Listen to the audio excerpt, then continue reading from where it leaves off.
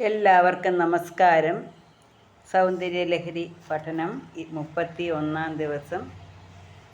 ഓം ശ്രീ മഹാദേവിയേ നമ. ശ്രീ മഹാത്രിപുരസുന്ദരിയേ നമ. ഓം ആദിപരാശക്തിയേ നമ. സൗന്ദര്യലഹരി ശ്ലോകം 31.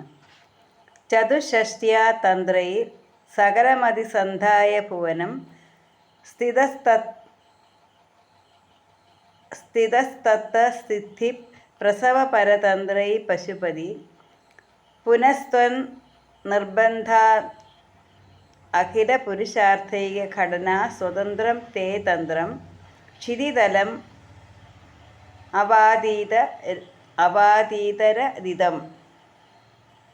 ചതുഷ്ഷ്ട്യാ തന്ത്രൈ സകലം അതിസന്ധായ ഭുവനം സ്ഥിത തത്തൽ സിദ്ധി പ്രസവ പരതന്ത്രൈ പശുപതി പുന ത്വന്നിർബന്ധാൽ അഖില പുരുഷാർത്ഥൈക ഘടനാ സ്വതന്ത്രം തേ തന്ത്രം ക്ഷിതിതലം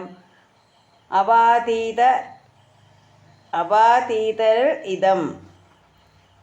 അല്ലയോ മഹാത്രിപുരസുന്ദരി, പശുപതിയായ പരമശിവൻ അതാത് സിദ്ധികളെ മാത്രം ജനിപ്പിക്കുന്നതിൽ സമർത്ഥങ്ങളായ മഹാമായ മന്ത്രം മുതലായ 64 തന്ത്രങ്ങളാൽ സമസ്തമായ പ്രപഞ്ചത്തെയും സന്ധാനം ചെയ്തിട്ട്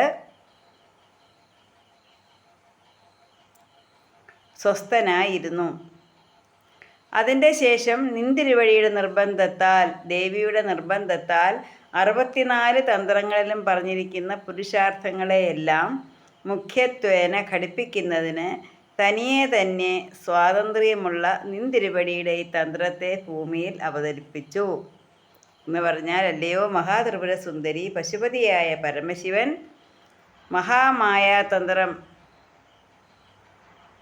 അതാത് സിദ്ധികളെ ജനിപ്പിക്കുന്ന അല്ലെങ്കിൽ നിർമ്മിക്കുന്ന സമർത്ഥങ്ങളായ മഹാമായ തന്ത്രങ്ങൾ 64 തന്ത്രങ്ങൾ ഈ പ്രപഞ്ചത്തിന് സന്ധാനം ചെയ്തു എന്ന് വെച്ചാൽ 64 തന്ത്രങ്ങളാൽ സമസ്തമായ പ്രപഞ്ചത്തെയും സന്ധാനം ചെയ്തിട്ട് ഈ പ്രപഞ്ചത്തെ മുഴുവൻ നിർമ്മിച്ചിട്ട് 64 തന്ത്രങ്ങൾ കൊണ്ട് എന്നിട്ട് സ്വസ്ഥനായിട്ടിരുന്നു. അപ്പോൾ എന്താ, എല്ലാ 64 തന്ത്രങ്ങളും. അപ്പോൾ ഭക്തർ എന്താ ചെയ്യേണ്ടത്? തന്ത്രവിദ്യ പഠിക്കണം, അതിന് ശേഷമുള്ള ഓരോ കാര്യങ്ങളും ചെയ്യണം. അപ്പം ഈ തന്ത്രങ്ങളും വിദ്യകളും ഒക്കെ പഠിച്ചു കഴിയുമ്പം ഭക്തന്മാർ എന്താ ചെയ്യുന്നത്, സാധകർ എന്താ ചെയ്യുന്നത്, തങ്ങളുടെ ആവശ്യത്തിന് വേണ്ടി മാത്രമാണ് ഈ പറഞ്ഞ കാര്യങ്ങൾ, ഈ പറഞ്ഞ 64 തന്ത്രങ്ങളിൽ പറഞ്ഞിരിക്കുന്ന കാര്യങ്ങളൊക്കെ, അതിൽ ധർമ്മ അർത്ഥ കാമ മോക്ഷം, ഭക്തന്മാർ സ്വന്തം കാര്യസാധ്യത്തിന് വേണ്ടി ഈ തന്ത്രങ്ങളെ ഉപയോഗിക്കുന്നു. അവർ ധർമ്മം അർത്ഥം കാമം വരെയുള്ളൂ, പിന്നെ മോക്ഷമെന്ന് പറയുന്നതിനെക്കുറിച്ച് ചിന്തിക്കുന്നതേയില്ല. അപ്പം ധർമ്മബോധത്തോടുകൂടി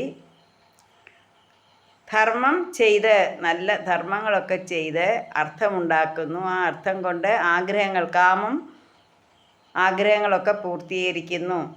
എന്നാൽ ഈ 3 കാര്യങ്ങൾ മാത്രമേ ഉള്ളൂ എന്നാണ് സാധാരണ ഭക്തർ ചിന്തിക്കുന്നത്. എന്നാൽ അതിനപ്പുറം 4-മത്തെ മോക്ഷം എന്ന് പറയുന്ന ഒരു കാര്യത്തിലേക്ക് ആരും ശ്രദ്ധിക്കുന്നില്ല.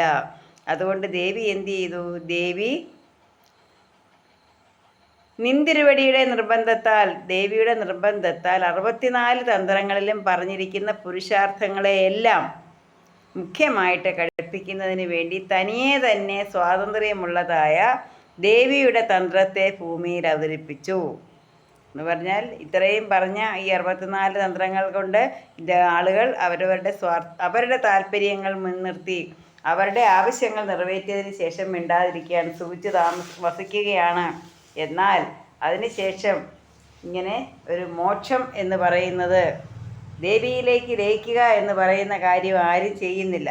ഇപ്പം ഇവിടെ സാക്ഷാൽ പരമേശ്വരൻ അതാത് തന്ത്രങ്ങളിൽ പറയുന്ന സിദ്ധികളെ മാത്രം കൊടുക്കുന്ന, അല്ലെങ്കിൽ അതാത് സാധകന്മാരുടെ ആഗ്രഹം പോലെയുള്ള ഐഹിക ഫലങ്ങളെ മാത്രം കൊടുക്കുന്ന അതാത് സിദ്ധികളെ കൊടുക്കുന്നതിന് പരതന്ത്രങ്ങൾ എന്ന് വെച്ചാൽ അന്യകർമ്മങ്ങളുടെ സഹായത്തോടു കൂടിയ 64 തന്ത്രങ്ങളെ നിർമ്മിച്ച് അവയെക്കൊണ്ട് അഖില ഭുവനത്തെയും നിയമിച്ചിട്ട് സ്വസ്ഥനായിരുന്നു. അപ്പോൾ 64 തന്ത്രങ്ങളെ നിർമ്മിച്ചു. അത് ഭൂമിയിലുള്ള എല്ലാവർക്കും വേണ്ടി കൊടുത്തു. എന്നിട്ട് ഭൂമിയിലത്തെ ഈ ലോകത്തിൽ കൊടുത്തു. ഭൂമിയിലെന്നല്ല, ഈ ലോകങ്ങളിലും കൊടുത്തു. അപ്പോൾ 64 തന്ത്രങ്ങളെ നിർമ്മിച്ച് അഖില ഭുവനത്തെയും അവയെക്കൊണ്ട് അഖില ഭുവനത്തെയും നിയമിച്ചിട്ട് സ്വസ്ഥനായിരുന്നു. അപ്പോൾ ഇനിയും 64 തന്ത്രങ്ങൾ അവർക്ക് കിട്ടിയിട്ടുണ്ട്. അപ്പം മനുഷ്യരെന്ത് ചെയ്യണം? തന്ത്രവിദ്യ പഠിക്കണം. അവരവർക്ക് ആവശ്യമുള്ളതൊക്കെ എടുക്കണം.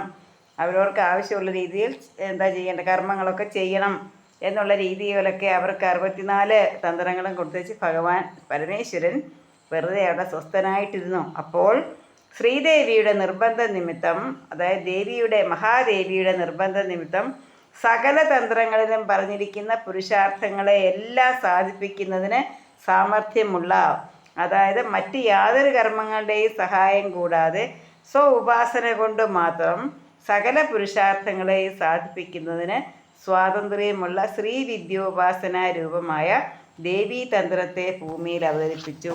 അപ്പോൾ പറഞ്ഞ ഈ 64 കാര്യങ്ങളും തന്ത്രങ്ങളും ഉണ്ട്. അതിലെല്ലാം ഈ പറഞ്ഞ സകല പുരുഷാർത്ഥങ്ങളെയും ഒന്നിച്ച് സാധിപ്പിക്കുന്നതിന് വേണ്ടി ശ്രീവിദ്യോപാസനാ രൂപമായ ദേവീതന്ത്രത്തെ ഭൂമിയിൽ അവതരിപ്പിച്ചു. അപ്പോൾ ഇവരെ അവരുടെ സ്വാർത്ഥതയ്ക്ക് മാത്രം പോരാ, ആ ദേവീതന്ത്രമായ എല്ലാ കാര്യങ്ങളും സിദ്ധിക്കുന്ന, എല്ലാം സാധിപ്പിക്കണമെങ്കിൽ ആര് വേണം? ദേവി വേണം.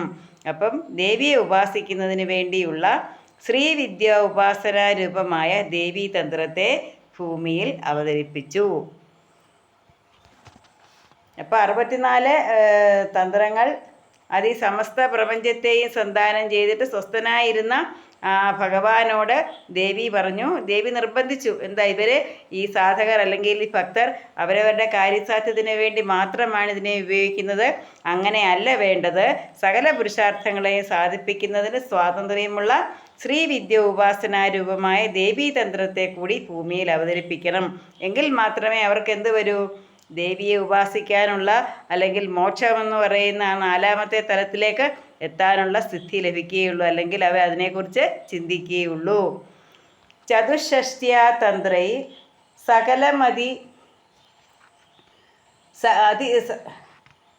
ചതുഷ്ഷ്ട്യാ തന്ത്രൈ സകലം അതിസന്ധായ ഭുവനം സ്ഥിത തത്തൽ സിദ്ധി പ്രസവ പരതന്ത്രൈ പശുപതി പുനത്വൻ നിർബന്ധാൽ അഖില പുരുഷാർത്ഥൈക ഘടനാ സ്വതന്ത്രം തേ തന്ത്രം ക്ഷിരിതലം അപാതീതര ഇതം. എല്ലാവർക്കും അമ്മയുടെ അനുഗ്രഹം ഉണ്ടാകട്ടെ, ഈ മഹാദേവിയുടെ അനുഗ്രഹം ഉണ്ടാകട്ടെ എന്ന് പ്രാർത്ഥിച്ചുകൊണ്ട് നിർത്തുന്നു. നന്ദി, നമസ്കാരം.